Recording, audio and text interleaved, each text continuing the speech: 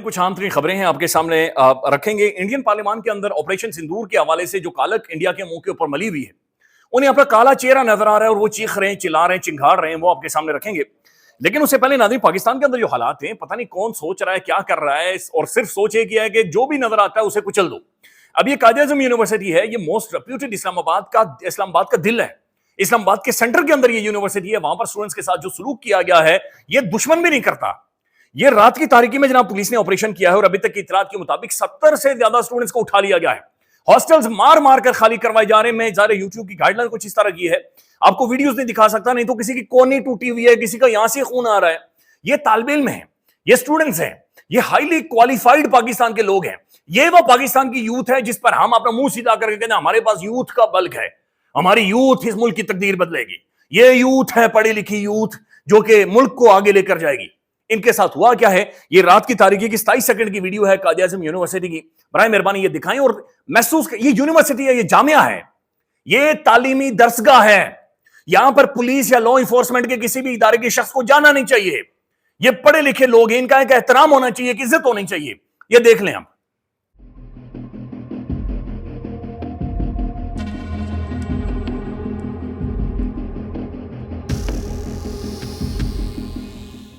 कहानी क्या समझ आ रही है वो आपको बताते हैं, लेकिन उसके बाद एक और ये वीडियो देख लें। ईमान मजारी साहब मौजूद है, ये सेक्रेटेरिएट थाना इस्लामाबाद के सेंटर में है।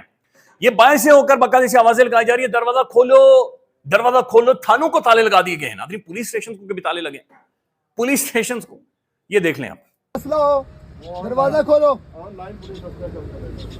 सर आप कह रहे हैं थाना बंद है, थाना बंद है सर, थाना बंद है। आपने कहा थाना बंद है, किस कानून के तहत थाना बंद है? थोड़ी है, किस कानून के तहत बंद है? नाज़रीन, ये कुछ यूनिवर्सिटी के स्टूडेंट्स लिख रहे हैं कि तकरीबन dozens of Quaid-e-Azam university students were beaten, hostels were ransacked, at least 15 students were arrested, 15 students गिरफ्तार हुए हैं। Among them are the students council representatives। फिर इनकी तस्वीरें शेयर की गई हैं जहां पर इनके घुटने जख्मी और बड़ी बुरी हालत है। फिर नाज़रीन और चंद चीजें, ये कलीमुल्लाह ट्वीट कर रहे हैं कि कायद-ए-आज़म यूनिवर्सिटी को इस्लामाबाद पुलिस ने 20 दिनों से घेरे में लिया हुआ है। ये पाकिस्तान की नंबर 1 यूनिवर्सिटी है, ये कोई दहशतगर्दी का अड्डा नहीं है। तलबा के हॉस्टल्स बंद कर दिए गए हैं जिसमें लड़कियां भी शामिल हैं। तलबा सिर्फ समर की दरखास्त कर रहे हैं जिसकी फीस पहले से वसूल कर ली गई है। समर क्लासेस की दरखास्त स्टूडेंट कर रहे हैं इस्लामाबाद में खड़े होकर कि समर की क्लासेस ले लें।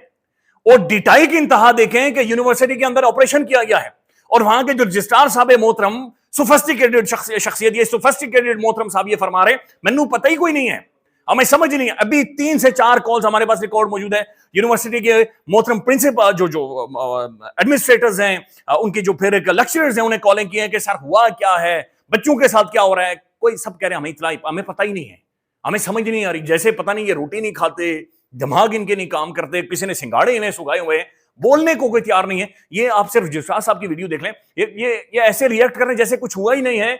सब कुछ बिल्कुल शांति के साथ बीन बज रहा और चल रहा है। ये देख लें। और सिविल कपड़ों में लोगों को उठा रहे थे और किसी अबडक्ट किया गया।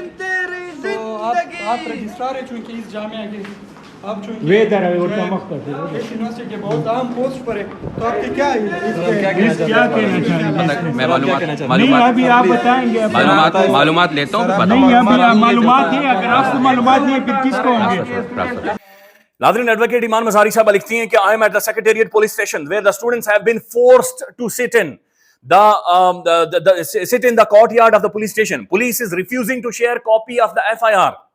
It is beyond insane that the Qaid-e-Azam University have effectively handed over its campus to the law enforcement agencies and intelligence agencies, dragging students into the criminal cases due to the administration issues at the Qaid-e-Azam University is not only condemnable but a reflection of the state's unjustified excesses and over reach. वो कह रही है कि Quaid-e-Azam university को agencies के हवाले कर दिया गया, लॉ इन्फोर्समेंट इदारों के हवाले कर दिया गया है। फिर एक और बड़ा alarming tweet advocate Imaan Mazari कर रही हैं। 70+ students are being kept in illegal detention without any FIR। And जनाब ये जो सेक्रेटेरिएट पुलिस स्टेशन है उसके अंदर वो बता रही है कि स्टूडेंट्स को ले जाकर वहां पर बिठाया जा रहा है और ये 70 से ज्यादा स्टूडेंट्स हैं। थाने के बाहर जो वो बेड़ा होता है वहां पर बगैर FIR के उन्हें बिठा लिया गया। और फिर जो बहुत सारों की तस्वीरें हैं, डंडे लगे हुए हैं, सोटे लगे हुए हैं। तो ये बड़ी अजीबो गरीब नादरीन सूरत हाल इमर्ज हो रही है और ये पता नहीं हालात किस तरफ जा रहे हैं। बहरहाल अल्लाह ताला रहम करे। एक और खबर है नादरीन, बाजोड़ में मिलिट्री ऑपरेशन शुरू कर दिया गया है और वहां पर मुख्तलिफ जगहों के ऊपर बाकायदा से कर्फ्यू लगाया गया है। अल्लाह ताला रहम करे, अल्लाह ताला पाकिस्तानी फौज का, इदारों का हामी और नासिर हो।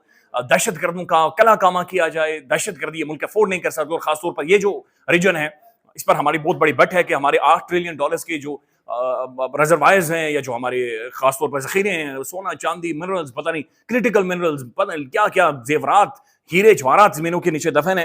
लेकिन जमीनों के ऊपर वाली हम लोगों की आप हालत देखें तो हमारे मुंह से गुर्बत टपकती है, हमारी आंखों के अंदर नजर आती है। ये गरीब आ रहा है, ये ठग आ रहा है, ये गुर्बत की वजह से ठगी पर आया हुआ है।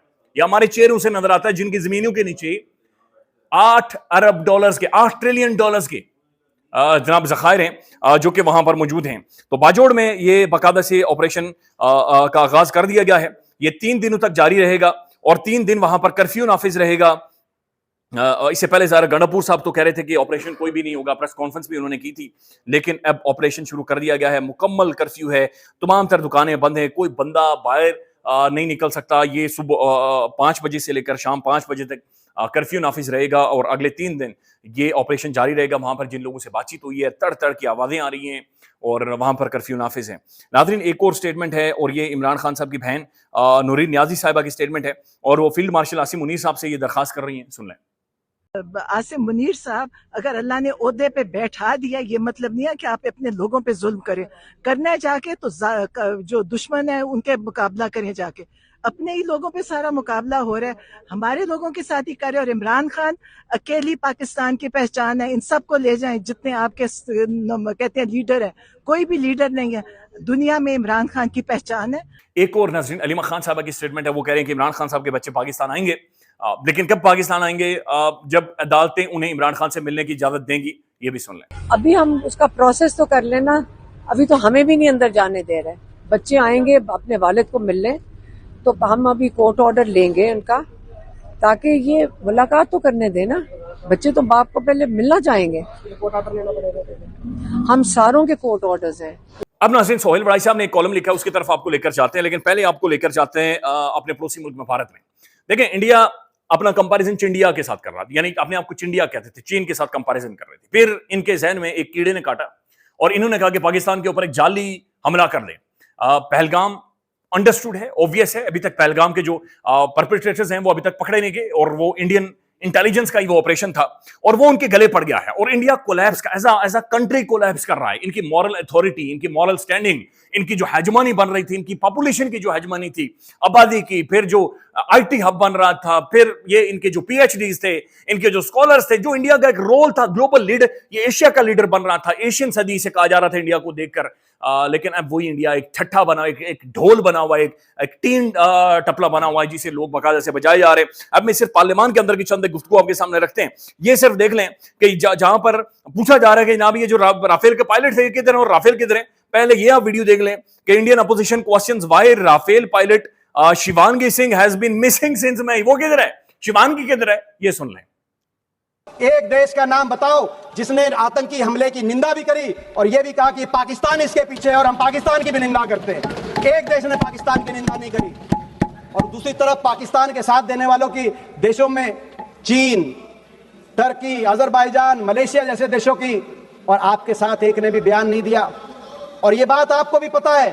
ये इंडियन पार्लियामान में पूछा जा रहा है कि भाई तुमने सिंदूर इसका नाम दिया था, सिंदूर तो हमारी बहनों का लूटा गया है, लेकिन उसके बाद जो आतंकवादी थे वो किधर हैं वो नहीं पकड़ गए। ये भी सुन ले। सिंदूर नाम देते हो, भावना तक खेलते हो लोगों से। सिंदूर किसका छीना गया? हमारी बहनों का सिंदूर छीना गया ना, तो जिन्होंने छीना वो आतंकवादी आज तक पकड़ नहीं पाया। आपके दिल में कुछ नहीं आता। नाज़रीन ये एक सिख सरदार हैं और ये भारतीय पार्लियामान में लोकसभा के रुकन अमरिंदर सिंह राजा ने पाकिस्तान भारत जंग के दौरान राफेल गिरने की तस्दीक कर दी है। ये भी देख लें। मैं उसकी फोटो और पंजाब में बिसियाना एयरफोर्स स्टेशन के पास आपका एक विमान, लड़ाकू विमान जिसका नाम रिफाल है, मैं उसकी फोटो लेकर आया हूं। उसका टेल गिरा और मैं वहां पर गया, उसके ऊपर लिखा था PS001 और नीचे ये PS001 आपका रफाल एयरक्राफ्ट गिरा पहले दिन, जिसमें गिरने पर एक व्यक्ति की मौत हुई और 9 लोग जख्मी हुए।